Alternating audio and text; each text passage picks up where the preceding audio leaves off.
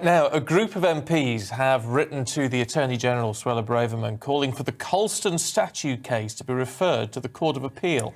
Yes, MPs question Wednesday's court decision to clear 4 people of tearing down that statue of slave trader Edward Colston during the Black Lives Matter protest in Bristol nearly 2 years ago. Well, the verdict has ignited sort of what you could call culture wars, with some questioning if it was based on political feeling rather than facts. Well, yesterday, one of the 4 cleared of charges argued jury trials and freedom of speech are the cornerstones of our society. Well, let's talk to political commentator Connor Tomlinson. Morning to you, Connor. I mean, there is a problem here, isn't there, that this has become, the justice system in this particular case has become quite politicised.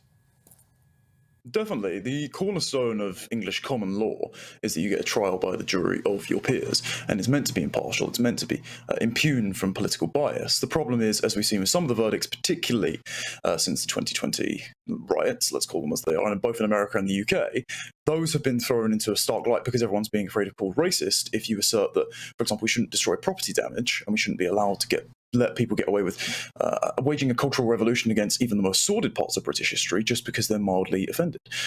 It's kind of disturbing then that it seems like some of the Labour MPs have even joined their Conservative opponents from across the hall in saying that this isn't a good idea. For example, even Steve Reid gave an interview recently where he said, I don't think this is the kind of country we should be living in where vigilante justice is carried out just because people are upset at something that happened in history. And then you have the Labour frontbench, like Emily Thornberry, who tweeted something staggering saying, oh, the Attorney-General should be upholding the rule of law and not intervening in political matters when she doesn't like the outcome of a trial. That's kind of hilarious with someone who looked to overturn Brexit. So I think it's become a stark sort of culture war battle, as you said in your opening question. I mean, is there a sense then in this that, I mean, the problem is people don't like, I mean, and a lot of people messaging us this morning, they don't like the verdict. They can't see how this has been reached, but we have to protect the importance of a jury's decision, don't we? I mean, we can't say they've got it wrong. They're the ones hearing the evidence and coming to their decision. I mean, we can say they got it wrong morally. Of course, you already said in your earlier panel discussion that there is no legal precedent set, so it's going to be quite a difficult thing to take this to the Court of Appeals and get this somehow arbitrated.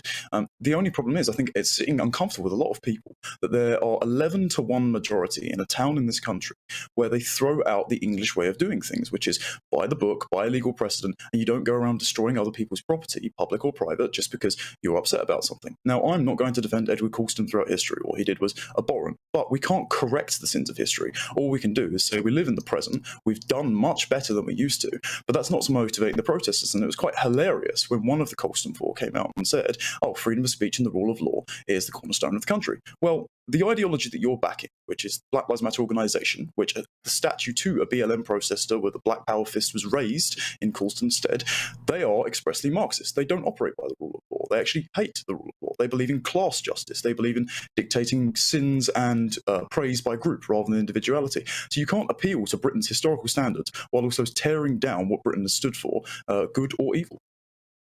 You know, just in a short answer, is there, what will happen next? What could happen legally next? Could that jury decision be overturned in any way?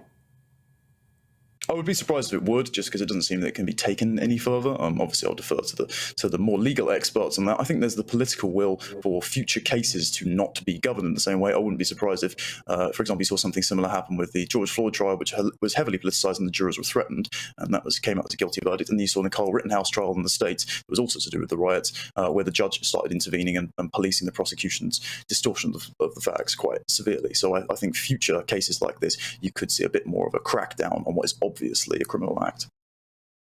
Yeah, well, it will go on because there are other statues, I imagine, and somebody will be looking at this and thinking, what next? Yeah. Doesn't stop here.